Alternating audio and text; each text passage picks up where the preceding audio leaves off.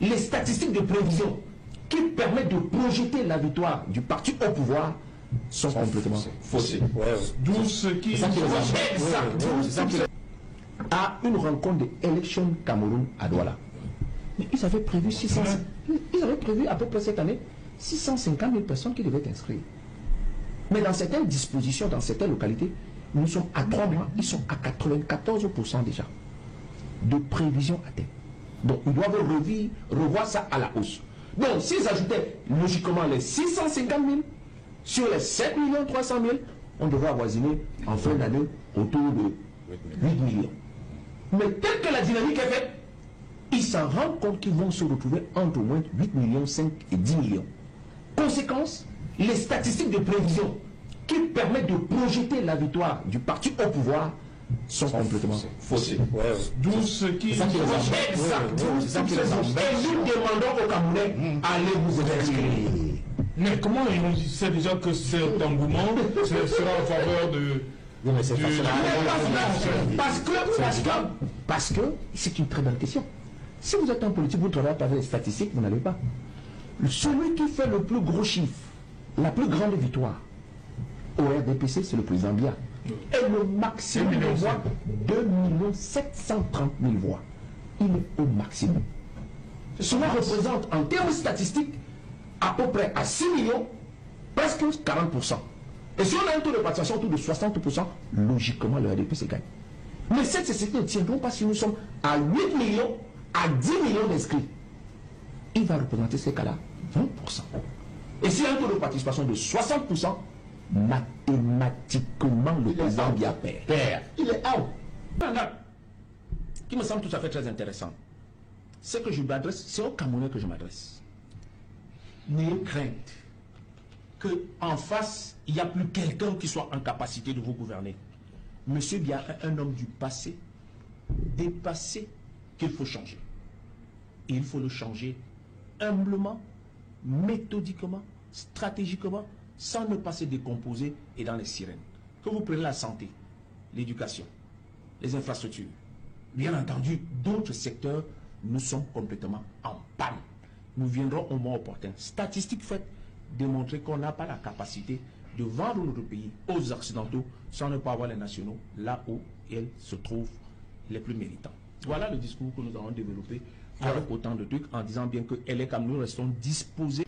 Le 20 octobre, il faut que LECAM publie conformément aux dispositions légales les listes électorales. Si LECAM ne fait pas, LECAM viole grossièrement la loi. A-t-elle le moyen de les faire? C'est son problème. Nous avons proposé à l'opposition de mettre en place un site afin que les Camerounais puissent consulter.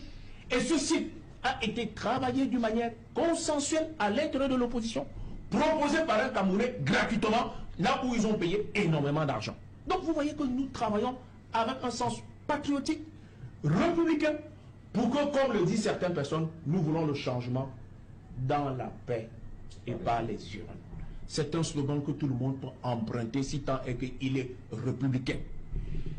La dernière année, qui me semble tout à fait très intéressante, c'est que je m'adresse, c'est aux Camerounais que je m'adresse.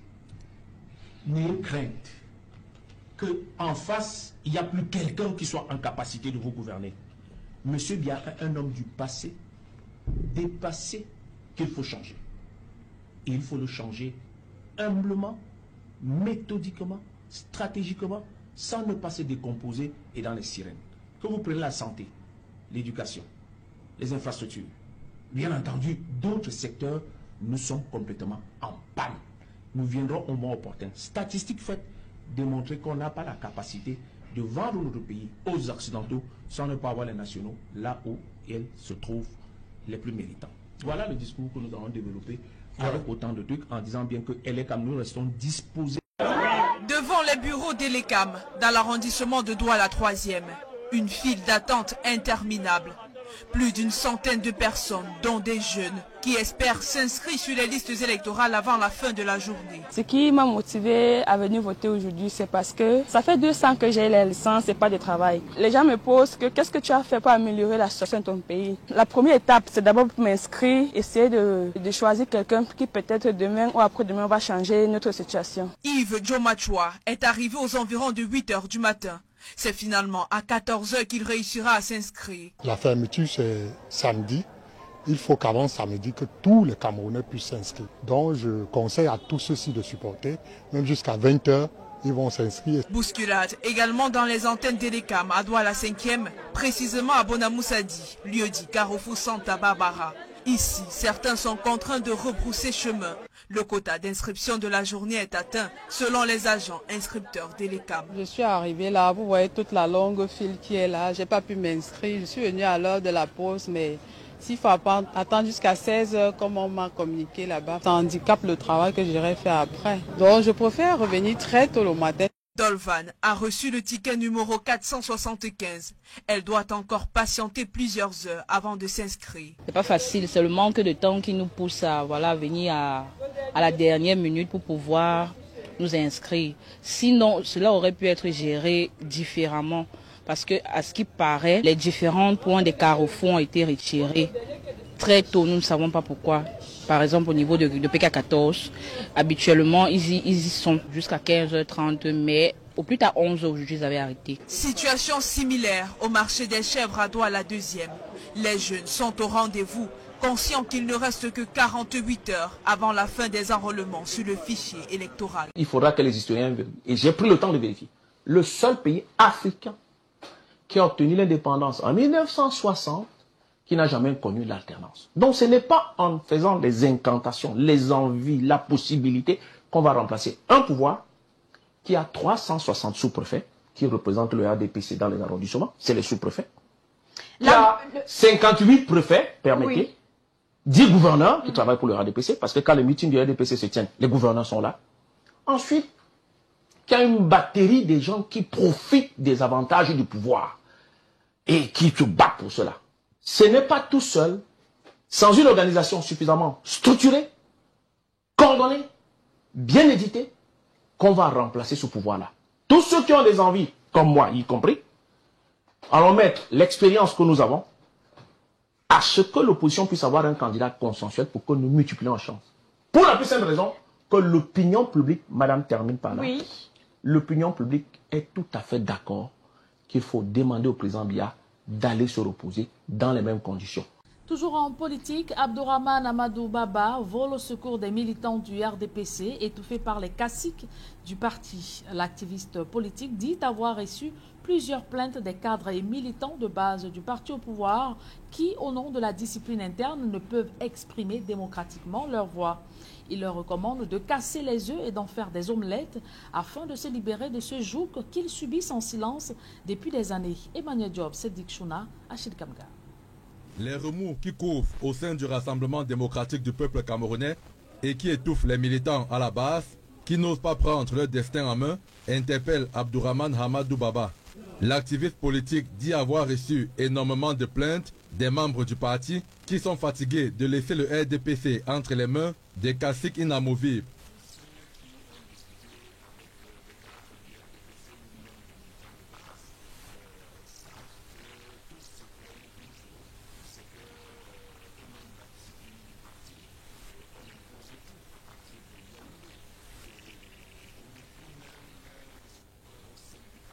Pour Abdourahmane Amadou Baba, contrairement à ce que l'oligarchie régnante du parti du flambeau laisse croire à ses militants et cadres, le changement sera sans aucun doute une grande chance qui va permettre à ces derniers de récupérer leur formation politique.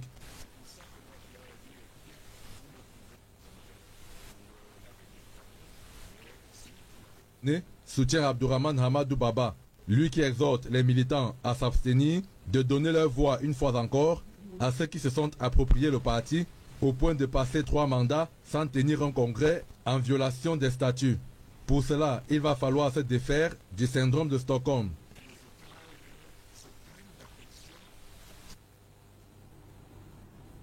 Mais surtout, il y a une révélation. qu'on imaginait déjà, qu'on soupçonnait déjà. À savoir que Paul Biya veut utiliser 2025 comme un pont. Et par la suite, il y a la nomination d'un vice-président pour préparer le gré à gré. Et c'est là où nous aussi, Camerounais, n'étant pas de votre famille, n'étant pas vos affidés, n'étant pas venus pour vous accompagner, nous aussi nous allons dire niet. Finissez de bagarrer là-bas, nous on vous observe. Le peuple vous observe, finissez vous-même ce que vous avez commencé là. Faites le déballage. Vous avez dit que vous avez volé, non? Vous avez dit que vous avez tué, non? Vous avez dit que vous avez triché et tout, que vous connaissez bien, vous avez sélectionné 100 personnes dans chaque ou bien arrondissement ou bien par... que tout est déjà réglé. Le gouvernement est là depuis le 2 mars 2018. Ce gouvernement est dans l'incapacité de résoudre le problème. Et M. Ngoné a pris sur lui, et je l'ai introduit beaucoup, avec beaucoup de trucs, de proposer au chef d'État un rapport qui devrait permettre de rapporter plutôt des budgets, de créer des emplois. Lui-même, il le dit, le président de la République n'a pas encore rendu compte. Donc, vous venez de confirmer que le président de la République, il faut le changer. La troisième des choses que vous venez de dire, que m'a dit mon ami, bien entendu, le député, il est député au département ministériel, à la commission des finances. Et le problème, c'est que la ministre a bien dit clairement que depuis 2023, il n'y a pas eu passation de marché pour cette entreprise qui est chargée de ramasser. Pourquoi il n'y a pas eu passation de marché? Parce que c'est très complexe. En ce sens que celui qui paie, c'est le ministère des Finances, celui qui doit contrôler, c'est le ministère des Travaux publics, celui qui doit vérifier, c'est la commune, celui qui doit pouvoir s'assurer que tout se passe, c'est le ministère de l'Habitat. Donc un imbroglio administratif fait complètement de blocage et de bureaucratie qui font qu'au bout, on ne résout pas les problèmes. On bavarde, on raconte. Et on arrive à la conclusion suivante. Ce gouvernement est dans l'incapacité de résoudre le problème des Camerounais, première chose. Le président de la République ne fait pas des conseils des ministres pour donner des arbitrages. Deuxième chose, les propositions que nous faisons sont complètement dans les tiroirs. Troisième chose, et donc certainement en octobre, il faudra qu'on change le président de la République. Aussi simple que ça. On peut bien s'en douter, l'appel à l'inscription massive sur les listes électorales n'arrange pas le pouvoir de l'ordre de 82. En témoignent les multiples stratagèmes opérés par l'administration territoriale pour décourager cet élan des Camerounais. Il faut quand même avouer que le ministre Katankandji a l'art de créer la diversion et la distraction pour essayer de déconcentrer les acteurs à chaque fois qu'il y a quelque chose de sérieux qui se prépare du côté du peuple camerounais. Et je crois que cette fois-ci, la mayonnaise ne prendra pas du tout parce que le cran est déjà suffisamment en marche. Les Camerounais sont de plus en plus déterminés à faire prévaloir le Vox Populi, Vox Dei en 2025. La sortie du ministre de l'administration territoriale, conjuguée à celle du préfet du département du Vouri, qui exprime son mécontentement face à l'accompagnement des partis politiques de l'opposition à l'enregistrement sur les listes électorales, sonne comme un coup d'épée dans la mer. Il est clair que ce que nous redoutions est en train de se réaliser, à savoir la mise en branle des techniques d'intimidation et des stratégies d'obstruction à une initiative républicaine citoyenne qui serait très préjudiciable à ceux qui ont toujours tiré profit de l'abstention électorale au Cameroun. Je pense que cette sortie est totalement tardive parce que le cran est déjà en marche. Les Camerounais sont davantage engagés dans la voie du changement par les urnes en attendant d'explorer d'autres moyens. Ce qui est sûr, c'est que personne ne pourra arrêter le processus enclenché depuis quelques semaines. Les Camerounais sont résolument décidés à accomplir leur devoir civique et à participer au changement tant souhaité. Ce n'est pas un problème technique, c'est une volonté manifeste de fausser le résultat des élections. Volonté manifeste. Le refus d'appliquer l'article 80 de la loi portant code électoral est une volonté manifeste et étalée de violer le résultat des élections, d'entamer la crédibilité, la sincérité du scrutin. Et je vais prendre mon cas personnel. Oui. Je vais faire illustrer cela avec moi-même. Ok. Qu'est-ce qui se passe avec vous? Je suis allé superviser, à l'époque j'étais encore SDF, superviser l'élection présidentielle du SDF dans le banc. dans mon village, je me suis inscrit dans mon village parce que je suis à l'arrondissement de Bokito. Mon village s'appelle Beni. Et case Sodekawa, en fait, magasin Sodekawa, ça s'appelle Bureau A. Oui. L'autre jour, quand elle est quand met en ligne son système de vérification des inscriptions, je m'en vais, je retrouve que j'ai mon inscription que j'ai votée en 2018 et encore en ligne. Voici ça. Votre caméra peut faire le truc. Voilà ça. Magasin Sodekawa Beni, oui, dans la commune de Bokito. Et l'ECAM a fait, et je suis rentré en 2019, je me suis réinscrit ici à Douala en remettant la carte que j'avais utilisée à Bokito. On m'a réinscrit. Voici ma nouvelle carte. J'ai voté. J'ai été candidat au municipal en 2020. 2020. Et j'ai voté au législatif municipal en 2020 au bureau de vote EP. Ça, c'est 2020. Vous avez voté à Logbesu en 2020. C'est ça mon bureau. Est-ce que vous êtes reparti à... Non, puisque moi j'avais remis, quand vous inscrivez, vous remettez votre carte. Donc votre nom apparaît encore. Et je suis surpris que mon nom existe aujourd'hui dans les listes et les camps. Il y a deux problèmes que cela se fait. C'est les camps précédents. Oui. Précédent. Bureau précédent. Donc c'est hier que j'ai eu à capturer cette image. Oui. Et que je retrouve mon nom dans le fichier ELECAM. C'est-à-dire, quand vous entrez dans le système de l'ELECAM qui donne la latitude aux inscrits, aux électeurs de vérifier, vous tombez sur ces informations. Comment un électeur peut se retrouver deux fois dans deux listes différentes? C'est incroyable, alors qu'ils disent que le système est biométrique. Il y a un problème. Ça veut dire que le système n'est pas biométrique. Et c'est ce que nous avions battu campagne en 2000 avant, que c'est une biométrie. C'est pour ça que nous avions surnommé ça au SIF à l'époque, quand j'étais encore dans le SIF. Donc ce n'est pas biométrique. Et ça se pose. Et comment un même nom, avec la même filiation, et tout, date, parents, et tout, se retrouve dans deux listes électorales, dans deux circonscriptions électorales différentes. Okay. Et ça veut donc dire que si l'ECAM refuse donc de publier la liste, d'appliquer l'article 80 pour publier la liste nationale, ça veut dire que si l'ECAM rend public, c'est le scandale que cela va sortir. Et je mets l'ECAM à défi de la publier. Vous allez voir, ça sera un scandale. Mais voici, voilà un exemple. Mon nom, je dis moi, je ne parle pas d'une autre personne qui est venue m'expliquer que ce nom existe dans deux listes. Mais voici, j'ai une carte ici, dans la 5e. J'ai une autre carte qui, je vois mon nom dans la liste, Bokito, magasin Sodekao, Beni, bureau A. Ok.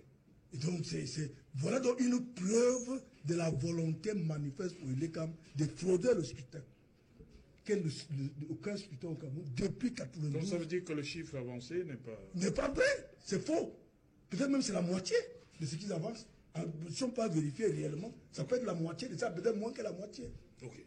C'est ça la réalité. André-Marie Biboum. Toute tentative de manipulation de ce processus devient une menace pour notre pays. Et c'est pour cela que le MRC, à travers son président national, prend la peine d'alerter, d'interpeller l'opinion sur les risques liés au manquement qui pourrait survenir dans le processus d'inscription sur les listes électorales. Alors, vous avez naturellement suivi cette sortie et le président a mis l'accent sur deux aspects. Il a parlé du cas de la diaspora, il a parlé du cas des régions de l'extrême nord.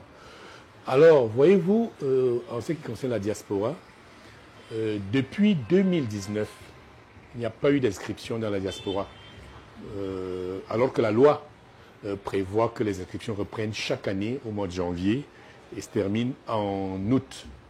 Donc depuis 2019, il n'y a pas eu d'inscription dans la diaspora. Donc naturellement, on sera attendu à ce que les chiffres soient ceux de 2019. Mais à notre grande surprise, on se rend compte que le chiffre de 19 000, un peu plus d'inscrits, a baissé d'environ 360 inscrits, alors que pendant cette période, il n'y a eu aucune opération dans la diaspora. Voyez-vous, donc c'est curieux quand même, parce que naturellement, on parle quoi, le toilettage s'opère pendant les périodes d'inscription. Donc comment est-il possible qu'on ait pu faire un toilettage dans une période où il n'y a pas eu d'inscription? Et bien entendu, on a eu un chiffre, les inscriptions pour 2024 seulement ont fait près de 9 000 dans la diaspora, donc ce qui était déjà quelque chose à saluer. Et il a parlé de l'extrême nord. L'extrême nord qu'on a toujours présenté comme le plus grand pourvoyeur d'inscrits sur les listes électorales, malgré les difficultés que nous connaissons toutes dans ces zones-là, liées au problème d'état civil, c'est-à-dire des populations qui n'ont pas accès à l'état civil, qui sont abandonnées à elles-mêmes par rapport aux conditions de vie, par rapport au relief. Et donc on était surpris que pendant des années, on nous a fait croire que c'est l'extrême nord qui avait le plus grand pourvoyeur d'inscrits sur les listes électorales et qui se retrouvait être effectivement la base électorale du RDPC. Donc c'est pour cela que le président du MRC a voulu attirer l'attention sur ces aspects pour que Elekam, qui est l'organe qui a un rôle essentiel dans le processus électoral, fasse bien son travail. C'est-à-dire que c'était une interpellation, parce qu'il ne faut pas penser qu'on a un problème particulier avec Elekam. C'est une interpellation, c'est-à-dire à plus de responsabilités pour accomplir leurs devoirs. Non, je vous ai dit qu'en diaspora, par exemple, il n'y a pas eu d'inscription pendant pratiquement 5 ans. Il n'y a pas eu d'inscription pendant 5 ans. Donc il n'y a pas de raison. Il n'y a pas de raison qu'on nous dise qu'il y a eu un toilettage pendant cette période, alors qu'il n'y a pas eu d'inscription. Donc on serait attendu, c'est-à-dire qu'à la reprise des inscriptions en 2024, qu'on aurait su le statu quo, c'est-à-dire sur les chiffres d'avant 2024, où il y a eu la reprise, pour qu'après, donc, on fasse le nettoyage, qu'on nous dise qu'on a... donc on était surpris que pendant cette période, il n'y a pas eu d'inscription, mais qu'on ait quand même pu retrancher environ 360 personnes du fichier. On nous a parlé des décédés, des malades et autres, mais comment l'ont-ils fait alors qu'il n'y a pas eu d'inscription pendant ces périodes-là? Donc c'est ça le problème. Et donc j'ai donné l'autre raison de l'extrême nord, c'est-à-dire que nous connaissons tous, liée à la précarité, liée... c'est les populations qui vivent dans des conditions difficiles, et qui n'ont pas toujours accès à certaines facilités, notamment l'état civil, qui est l'outil permettant, qui n'ont pas facilement les cadres nationaux d'identité. Ça, nous, on a fait le tour, on a fait l'expérience pendant la dernière campagne d'inscription, parce qu'on a déployé des équipes sur le terrain. On s'est rendu compte que beaucoup de gens n'avaient pas de carte d'identité, ils n'avaient même pas d'acte de naissance. Ils n'en avaient pas. Parfois, ils voulaient s'inscrire. Vous savez, quand on leur expliquait, bon, ils ne comprenaient pas. Mais ils voulaient bien s'inscrire, mais ils n'avaient pas ces outils. Alors, par quel miracle, pendant des années, on nous a fait croire que c'est ces régions-là cette région qui était le plus grand pourvoyeur d'inscrits sur les listes électorales. Ça veut dire que c'était une tricherie. Pour l'instant, nous avons commencé par interpeller, par attirer l'attention pour que Elekam fasse son travail comme il se doit. C'est-à-dire que je crois que le message du président avait pour objet, excusez-moi, d'attirer l'attention d'abord de l'organe Elekam et de l'opinion sur ces manigances en cours, afin que Elekam puisse réajuster pour nous permettre d'avoir un fichier qui corresponde aux inscriptions réelles effectuées. Et il y a quelque chose qu'il faut qu'on ajoute quand même, parce que voyez-vous, les inscriptions en 2024 ont fait presque 3 fois le nombre 3 ou 4 fois les nombres d'inscrits qu'on a pendant les années précédentes. C'est-à-dire qu'on a eu souvent 200 quelque chose, 300 quelque chose, mais en une seule année, on a pu faire près de 800 inscrits. Ça veut dire quoi? Ça veut dire que l'Elekam ne fait pas son travail. Entre autres griefs que nous avons contre l'Elekam, parce que l'Elekam bénéficie des financements publics pour faire des inscriptions, dont il a l'obligation des résultats. C'est-à-dire, en temps normal, des objectifs devraient lui être assignés par ceux qui l'ont mandaté, c'est-à-dire l'État du Cameroun. Devrait lui assigner des objectifs que, en fonction du potentiel existant, nous attendons de vous d'avoir de telle période à telle période un minimum de tel nombre d'inscrits. Ce qui n'est pas le cas. On a l'impression que l'État se contente de ce que Elekam lui offre. Parce que ce n'est pas le rôle des partis de faire inscrire les populations. Les partis sont là pour promouvoir leurs projets de société. L'objet principal de la présente déclaration est le flagrant délit de manipulation du fichier électoral orchestré par Elecam et ses partenaires techniques allemands. Pour la campagne d'inscription de 2024, ces manipulations flagrantes du fichier électoral se révèlent à l'analyse des chiffres publiés par Elecam dans la diaspora. Elles confirment le sentiment largement partagé que les responsables d'Elecam, agissant pour le compte du RDPC, ont une peur, panique de la progression substantielle du nombre d'électeurs, synonyme pour eux de défaite imparable. Mais décidément, il n'y a pas de crime parfait. En effet, le croisement des données officielles d'Elecam de 2024 avec le nombre des inscrits de la diaspora tiré du fichier électoral qui avait servi à l'organisation du scrutin présidentiel du 7 octobre 2018 met à nu les pratiques frauduleuses de l'organe électoral. Elecam, agissant en coaction avec ses partenaires techniques allemands, recourt à une stratégie qui vise à maintenir le plus bas possible le nombre des inscrits sur les listes électorales. J'ai montré cela sur une période de 10 ans, chiffre à l'appui, jamais contesté, dans mon message de fin d'année 2022. Le comportement d'Elecam et de ses partenaires techniques confirme simplement ces pratiques établies depuis l'adoption du nouveau code électoral en 2012 et de la refonte du fichier électoral qui s'en est suivi. Il s'agit là de pratiques criminelles qui tuent les balbutiements démocratiques camerounais. La justice ne peut plus les laisser impunis au risque d'être, au même titre que le RDPC et Elecam, responsables de toutes les conséquences fâcheuses que celles-ci pourraient avoir sur la préservation de la paix au lendemain du scrutin présidentiel à venir. Selon le fichier électoral consolidé, et là je m'en vais vous donner les éléments chiffrés qui permettent de parler de cette manipulation. Et donc selon le fichier électoral consolidé, avec lequel le scrutin présidentiel du 7 octobre 2018 a été organisé, Elecam déclarait avoir 19 301 électeurs inscrits dans la diaspora.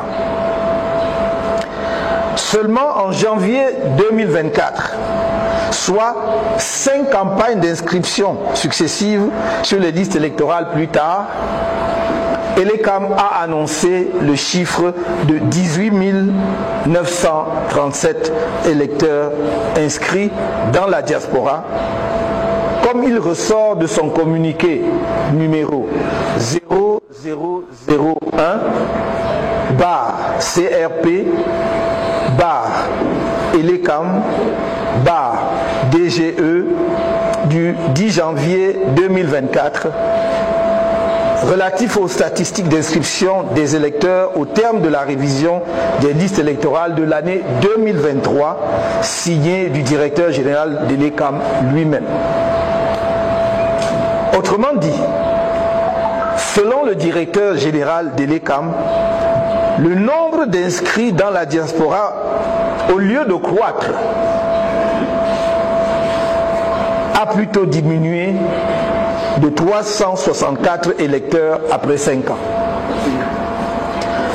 On aurait pu imaginer qu'il y a eu une cascade de décès au sein de la diaspora camerounaise ou un retour massif de nos compatriotes au pays au cours de la période considérée. Mais aucune donnée statistique ne va dans ce sens. En tout état de cause, la disparition de 364 électeurs de la diaspora en 5 ans est simplement impossible, car même par la pirouette magique du toilettage, il aurait fallu qu'il y ait eu au préalable ouverture des inscriptions dans la diaspora au cours de cette période pour offrir l'opportunité d'une refonte. Or, depuis la clôture des inscriptions du 31 août 2018, il n'y a plus eu d'inscription en diaspora avant la brève et laborieuse campagne d'inscription de 2024. Quels sont donc les éléments qui ont permis à Elecam de faire les ajustements pour arriver effectivement à un résultat qui nous permet de constater qu'il y a 364 électeurs de la diaspora qui auraient disparu entre-temps. According to various sources, including data from the Ministry of External Relations, the Cameroonian diaspora is estimated to be around 6 million people. It is well known that the ruling regime fear Cameroonians living abroad, as evidence, despite the numerous declarations by various officials and CPDM executives stigmatizing the diaspora, and despite public commitment made by the President of the Republic during an official visit to France in July 2009. Nearly 15 years later, the government still refuses to pass a law on dual nationality for electoral reasons. Le flagrant délit de manipulation du fichier électoral ici dénoncé ravive le souvenir douloureux et d'un épisode que vous connaissez bien, celui des faux procès-verbaux du scrutin présidentiel du 7 octobre 2018 et celui rocambolesque de la victoire du candidat du RDPC à ce scrutin avec un suffrage dit valablement exprimé de 100,48%. Ainsi donc, une fois de plus, Elecam est pris la main dans le sac. Je le dis et je le répète, il ne pouvait y avoir modification compréhensible, légale, du nombre des électeurs dans la diaspora que s'il y avait eu ouverture des inscriptions, refonte des listes permettant peut-être de constater des décès ou des gens qui ont changé de lieu de résidence. Il n'y en a pas eu de 2018 à 2019. Donc, dans tous les cas, on aurait dû, au début de 2024, lorsque Elecam donnait les chiffres des inscrits à la diaspora, redonner les chiffres de 2018. Il n'y avait aucune raison, effectivement, que ces chiffres changent. Il faudra garder une vigilance absolue. Car n'oublions pas que face à l'enthousiasme suscité par les inscriptions massives des Camerounais sur les listes électorales, le directeur général d'Elecam a fait du toilettage un outil avec lequel il peut anéantir tous ses efforts d'inscription. Il déclarait à cet effet, à la fin du premier trimestre de cette année, qu'on peut, je cite, avoir par exemple 200 000 inscrits et qu'après le toilettage, il n'en reste plus que 50 000. Fin de citation. Voyez l'ampleur de l'écart qu'il se permettait de suggérer alors. 200 000 inscrits, après toilettage, il n'en reste que 50 000. Il aurait pu dire, après toilettage, il n'en reste que 150 000, parce que le toilettage, après, ça veut dire que la base est sûre. On voit simplement des décès, les doublons, etc. Mais ça peut pas être, le toilettage ne peut pas enlever les 3 quarts des inscrits. Rien n'est anodin. Et c'est notre devoir de vigilance en tant que parti politique d'être attentif à tout ce qui se fait sur la scène politique. Je vous rappelle que la constitution de notre pays, c'est elle-même qui dit que les partis et formations politiques concourent à l'expression du suffrage. C'est donc notre devoir, tout à fait légal et je dirais mieux constitutionnel, d'être vigilant sur la manière dont on confectionne les listes électorales, sur la manière dont se déroule le processus électoral et sur la manière dont on proclame les résultats des élections. Les statistiques de prévision qui permettent de projeter la victoire du parti au pouvoir sont complètement faussées. D'où ce qui...